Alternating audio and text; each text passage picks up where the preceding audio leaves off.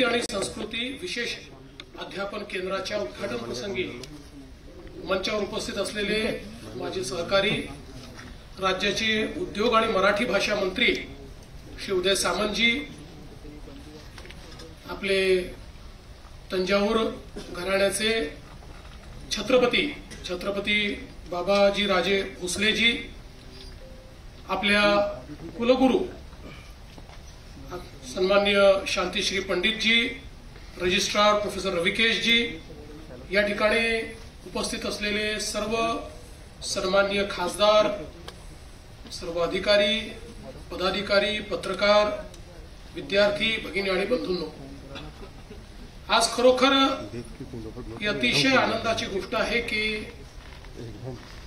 या विद्यापीठामध्ये छत्रपती शिवाजी महाराजांच्या सामरिक शक्तीचा आविष्कार आणि त्याचं अध्यापन करण्याचा काम सुरू होत आहे।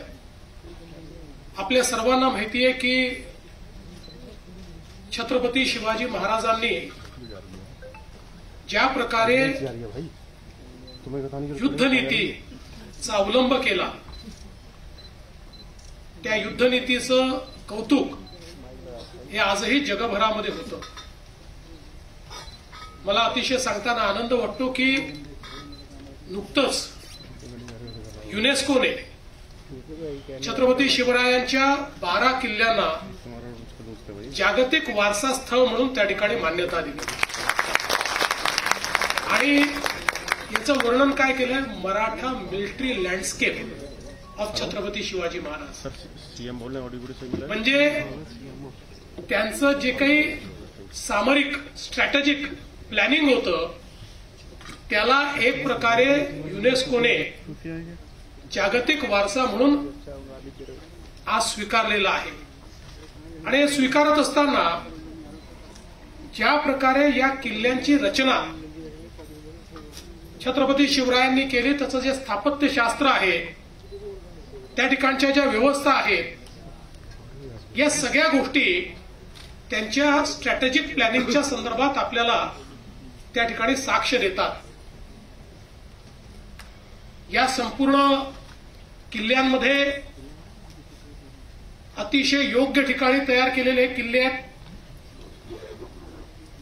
आपल्याला माहिती आहे की सह्याद्रीमध्ये, पर्वतांमध्ये, पश्चिमी घाटामध्ये, समुद्रामध्ये, दऱ्याखोऱ्यांमध्ये एक एक जागा अशी निवडलेली आहे की जी जागा या किल्ल्याला अभेद्य बनवते। आणि किल्ल्याची स्थापत्य रचना अशी आहे की सर्वसाधारणपणे कोणालाही या किल्ल्याचा दरवाजा देखील दिसत नाही।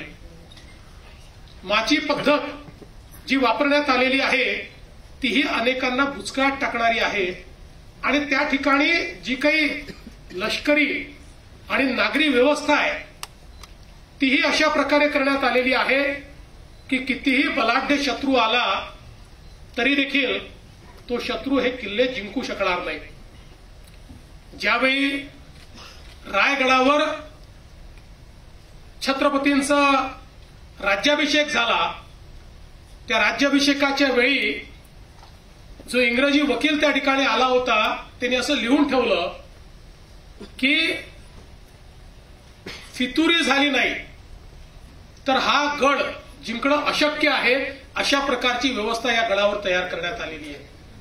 आणि सगळ्यात महत्वाचं, छत्रपती शिवराय येणारं संकट ओळखत होते आणि म्हणूनच त्यांना हे माहिती होतं की पुढच्या काळामध्ये या देशाला जर कोणी गुलाम बनवेल तर ते समुद्राच्या मार्गाने बनवू शकेल।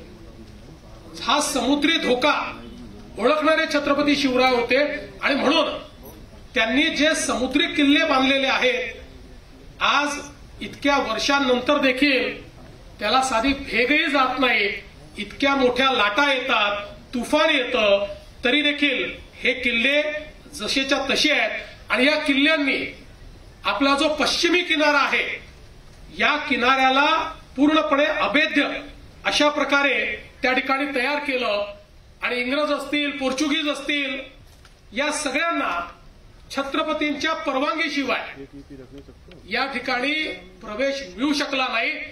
ही दूरदृष्टी खऱ्या अर्थानं छत्रपती शिवाजी महाराजांकडे होती। आपण जर त्यांच्या लढाया बघितल्या तर प्रत्येक लढाईमध्ये त्यांची सामरिक शक्ती आपल्याला पाहायला मिळते। कशा प्रकारे त्या लढाईचं नियोजन त्यांनी केलं आहे।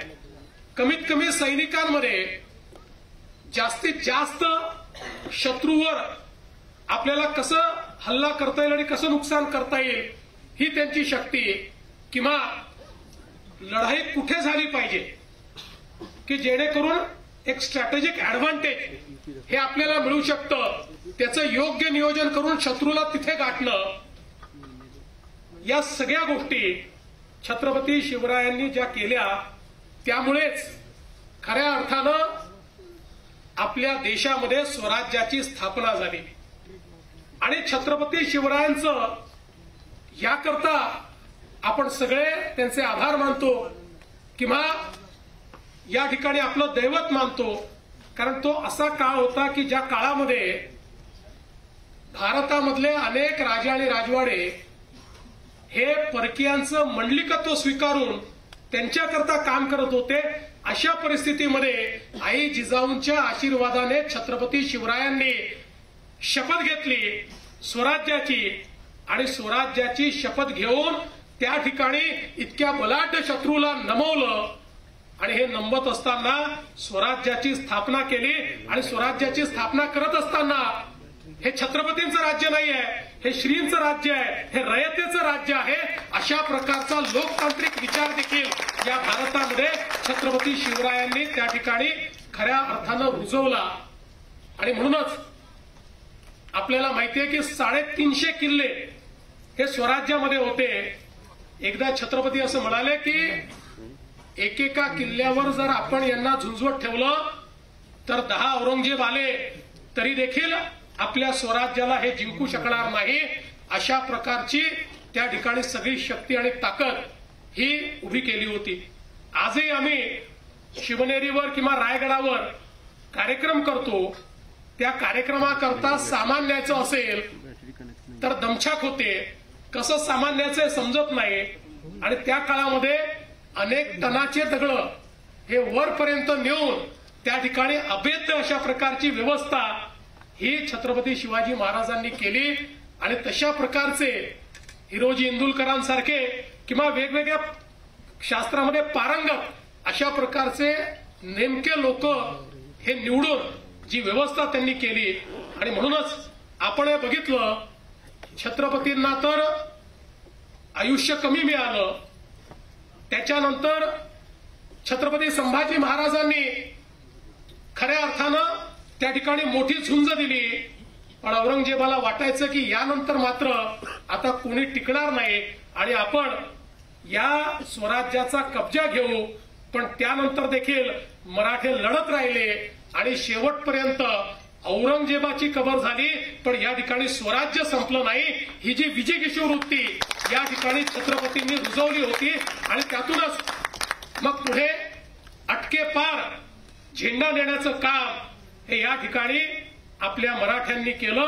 आणि म्हणूनच मला असं वाटतं की ही जी काही छत्रपतींची सामरिक शक्ती होती, त्यांनी ज्या प्रकारे युद्धशास्त्र युद्धनीती तयार केली, जी पुढे मराठ्यांनी अशा प्रकारे वापरली की संपूर्ण देशामध्ये मराठ्यांचा बोलबाला झाला, त्याचा अभ्यास करणारं अध्यासन केंद्र हे देशाच्या राजधानीमध्ये आणि तेही JNU मध्ये व्हावं, ही खरोखर आपल्याकरता अतिशय आनंदाची गोष्ट आहे। आणि त्यासोबत मराठी भाषेचं अध्यासन देखील या ठिकाणी होत आहे। मराठी भाषा जी देशातली एक अतिशय प्राचीन भाषा आहे, खरं म्हणजे मराठी भाषेच्या संदर्भात ज्यावेळी हिला अभिजात भाषेचा दर्जा दिला पाहिजे अशा प्रकारची विनंती आपण केली आणि त्यावेळी मराठी भाषा अभिजात भाषा कशी आहे या संदर्भातले पुरावे सादर केले, त्यावेळी असं लक्षात आलं की या देशातल्या अतिप्राचीन भाषांपैकी एक मराठी भाषा आहे, ज्याचे इतके पुरावे हे आपल्याला मिळाले। आणि देशाच्या प्रधानमंत्री महोदयांनी, मोदीजींनी आपली मागणी स्वीकारली आणि आपल्या मराठीला अभिजात भाषेचा दर्जा त्या ठिकाणी दिला। मराठी नेहमीच अभिजात होती, पण शेवटी कधीतरी त्याला राजाश्रय हा मिळणं देखील गरजेचं असतं आणि त्याच्यावर राजमुद्रा लागणं देखील गरजेचं असतं। ते अभिजात भाषेच्या दर्जामुळे या ठिकाणी लागलं आणि आपल्या सर्वांकरता ही अतिशय अभिमानाची गोष्ट झाली। खरं म्हणजे राजमुद्रेचा विषय आला म्हणून मला हे देखील सांगितलं पाहिजे की छत्रपती शिवरायांची राजमुद्रा ही मोदीजींनी आपल्या नेव्हीच्या ध्वजावर त्या ठिकाणी अंकित केली आणि वर्षानुवर्ष जी इंग्रजांची राजमुद्रा होती ती काढून किंवा त्यांचं जे काही त्या ठिकाणी सिंबॉल होता तो काढून ही राजमुद्रा त्या ठिकाणी लावली आणि आता मराठीची राजमुद्रा देखील या ठिकाणी लागलेली आहे। आणि म्हणूनच आता आमचे उदयजी जे म्हणाले ते अतिशय खरं आहे। या मराठी भाषेने आपल्या संपूर्ण भारताला समृद्ध केलेलं आहे। आजही मराठी साहित्य, मराठी नाट्यसृष्टी ही देशातली सर्वोत्तम आहे। किंबहुना मी जर असं म्हणेन की देशामध्ये ज्याला अलीकडच्या भागात थिएटर म्हणतात ते थिएटर जर कुठल्या एका भाषेने केवळ टिकवलंच नाही तर समृद्ध केलं असेल तर त्या भाषेचं नाव मराठी भाषा आहे आणि देशामध्ये सर्व लोक ही गोष्ट या ठिकाणी मान्य करतात। आणि म्हणूनच अशा या मराठीवर सगळीकडे संशोधन झालं पाहिजे आणि आता अभिजात भाषा झाली असल्यामुळे सगळ्या विद्यापीठांमध्ये त्याच्यावर संशोधन झालं पाहिजे। याकरता हे अभ्यासन केंद्र या ठिकाणी सुरू झालेलं आहे आणि मला विश्वास आहे शेवटी भाषा हे संवादाचं माध्यम आहे, भाषा विवादाचं माध्यम होऊच शकत नाही। भाषेच्या माध्यमातून ज्ञानाचा खजिना आपल्यापर्यंत पोहोचतो। मातृभाषा ही महत्वाची आहेच। प्रत्येक मराठी माणसाला मराठीचा अभिमान आहे, स्वाभिमान आहे आणि मराठीचा आग्रह देखील आहे। तो स्वाभाविक आहे, योग्य आहे, अभिमान तर असलाच पाहिजे, पण त्यासोबत इतरही भारतीय भाषांचा अभिमान आम्ही बाळगला पाहिजे। हे देखील अत्यंत महत्वाचं आहे, कारण ज्यावेळी आम्ही भारतीय भाषांचा तिरस्कार करतो आणि फक्त इंग्रजीचा पुरस्कार करतो, इंग्रजीला पायघड्या घालतो आणि भारतीय भाषांना विरोध करतो, त्यावेळी कुठेतरी दुःख होतं। आणि मला असं वाटतं की या ठिकाणी आपला वाद हा मराठी की हिंदी असा नाहीये। मराठी ही आहेच, मराठीशिवाय पर्यायच नाही आहे। मराठी माणसांनी मराठी स्वीकारलीच पाहिजे, पण मराठी सोबत भारतीय भाषा अशा प्रकारची आपली भूमिका आहे की मराठी असली पाहिजे आणि इतर भारतीय भाषा देखील आपल्याला आल्या पाहिजेत। आज तमिळ सारखी भाषा जी एक अतिशय प्राचीन भाषा आहे, या भाषेचं ज्ञान केवढं आहे, त्या भाषेमधलं साहित्य केवढं आहे, त्या भाषेमध्ये मगाशी राजराजेश्वर चोला यांचा तुम्ही उल्लेख केला, ज्या चोला डायनस्टीने 1000 वर्षापर्यंत आपल्या संस्कृतीचा झेंडा बुलंद ठेवला। आम्ही त्यांच्याबद्दल जर शिकलो नाही तर आम्ही करंटे ठरवू आणि म्हणून त्याही भाषेचा स्वाभिमान आम्हाला का वाटू नये, कुठल्याही भारतीय भाषेचा अभिमान वाटला पाहिजे आणि अर्थातच आपल्या स्वभाषेचा, आपल्या मातृभाषेचा अतिशय चांगला अभिमान हा आपल्याला वाटला पाहिजे। आणि म्हणूनच मी नेहमी असं म्हणतो की मराठी माणूस संकुचित विचार करू शकत नाही। याचं कारण छत्रपतींनी आपल्याला संकुचित विचार करायला शिकवलंच नाही। ज्ञानेश्वरांनी जे पसायदान मागितलं ते पसायदान संपूर्ण विश्वाकरता त्या ठिकाणी मागितलं आणि छत्रपती शिवरायांच्या या संपूर्ण विचाराने प्रेरित होऊन मराठ्यांनी कधी स्वतःचा विचार केला नाही, तर असे तू हिमाचल या संपूर्ण भारतामध्ये आपला संस्कृती, आपला झेंडा हा त्या ठिकाणी लागला पाहिजे आणि संपूर्ण भारत हा या ठिकाणी परकीय आक्रमकांकडनं गुलामगिरीतनं मोकळा झाला पाहिजे, याकरता मराठे लढले। आज आपल्याला माहिती आहे पानिपतची लढाई ही मराठ्यांची लढाई नव्हती। मराठ्यांनी त्यातनं अंग काढलं असतं तरी कोणी काही म्हटलं नसतं। पानिपतच्या लढाई करता या ठिकाणच्या बादशहानी मराठ्यांना सांगितलं हा अहमद शाह अब्दाली आलाय, याला आम्ही थांबवू शकत नाही, तुम्ही याला थांबवण्याचा प्रयत्न करा। आणि मराठ्यांनी ते शिवधनुष्य पेलायचं ठरवलं, या ठिकाणी त्याला यमुने पार नेलं। यमुने पार जाऊन त्या ठिकाणी अहमद शाह अब्दालींनी मराठ्यांना पत्र लिहिलं की मला तुमच्याशी तह करायचा आहे आणि काय तह करायचा आहे तर तुम्ही तेव्हाचा पूर्ण पंजाब म्हणजे पंजाब आताचा जो पूर्ण आहे पाकिस्तानासहित तो पंजाब, सिंध आणि बलुचिस्तान हे 3 प्रांत हे माझे आहेत, अहमदशाह अब्दालीचे आहेत, हे तुम्ही मान्य करा. उरलेला संपूर्ण भारत हा मराठ्यांचा आहे, हे मी मान्य करायला तयार आहे. अशा प्रकारचं पत्र दिलं. पण मराठे स्वतः करता लढत नव्हते, त्या ठिकाणी स्वराज्याकरता लढत होते, या देशाकरता लढत होते, देवदेश आणि धर्माकरता लढत होते. त्यांनी ते झुगारलं आणि त्या ठिकाणी सांगितलं 1 इंच जमीन देखील तुम्हाला देणार नाही. या देशाची 1-1 इंच जमीन ही आमची आहे, ही भारतीय संस्कृतीची आहे, ही आमच्या भगव्या झेंड्याखाली या ठिकाणी जी आमची संस्कृती आहे त्या संस्कृतीचं पाईक पडून या ठिकाणी आम्ही काम करू. आणि पानिपतला लढण्याकरता मराठे त्या ठिकाणी गेले. आणि खरंय की पानिपतच्या लढाईमध्ये आतोनात नुकसान हे मराठ्यांचं झालं.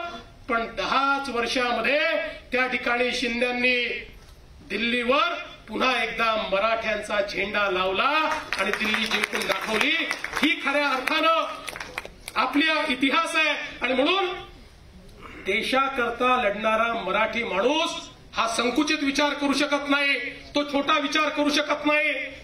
मला असं वाटतं आज ही आनंदाची गोष्ट आहे की देशाच्या राजधानीमध्ये ज्या राजधानीला वाचवण्याकरता अनेक वेळा मराठ्यांनी बलिदान दिलं, त्या राजधानीमध्ये आज हे मराठी अध्यासन या ठिकाणी होत आहे. आणि तेही कुसुमाग्रजांच्या नावाने या ठिकाणी होत आहे.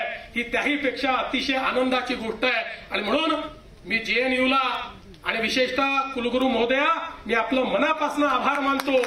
आणि आपण काळजी करू नका, आम्हाला इथली आताची शांती माहिती आहे, आधीची शांती माहिती आहे, पण शांती जी आल्यापासून जी शांती तयार झालेली आहे ती आम्ही निश्चितपणे या ठिकाणी पाहिलेली आहे. त्यामुळे काळजी करायचं कारण नाही. काही लोकांना छत्रपती शिवरायांच्या नावाची एलर्जी आहे, पण असे लोक बोटावर मोजण्या इतके आहे. त्यामुळे तुम्ही काळजी करू नका. हा देश कालही शिवरायांच्या नावाने ओळखला गेला, आजही शिवरायांच्या नावाने ओळखला जाईल आणि उद्याही शिवरायांच्या नावानेच ओळखला जाईल.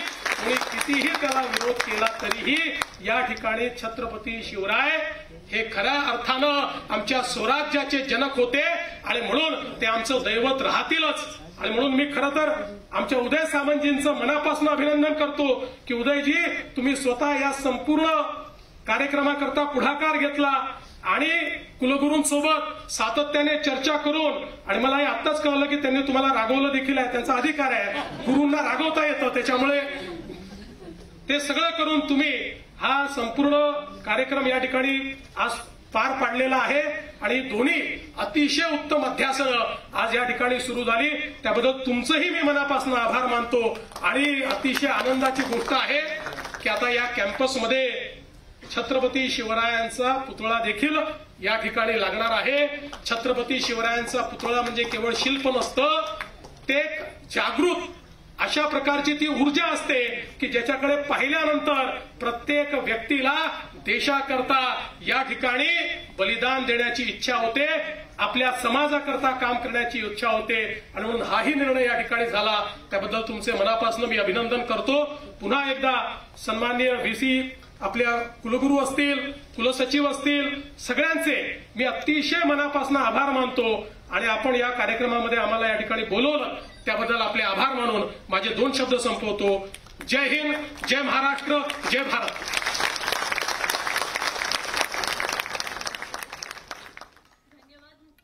तर मुख्यमंत्री फडणवीस या ठिकाणी बोलत होते. मराठी आणि हिंदी बाद नाही असं फडणवीसांनी म्हटलेलं आहे. मराठी अध्यासन केंद्राचं उद्घाटन पार पडतंय. इथं मुख्यमंत्री फडणवीस यांनी विरोधकांना टोलाही लगावलेला आहे. नाव न घेता ठाकरेंवर त्यांनी निशाणा साधल्याचं पाहायला मिळत आहे. भाषा हे विवादाचं कारण होऊ शकत नाही असं फडणवीस म्हणाले. मराठीच्या मुद्द्यावरून फडणवीसांनी टोला लगावलाय. तर मराठी आणि हिंदी बाद नाही असं फडणवीसांनी म्हटलेलं आहे. त्याचबरोबर या युनिव्हर्सिटीमध्ये आता छत्रपती शिवाजी महाराजांचा पुतळा उभारला जाणार असल्याचंही मुख्यमंत्री फडणवीस यांनी सांगितलंय.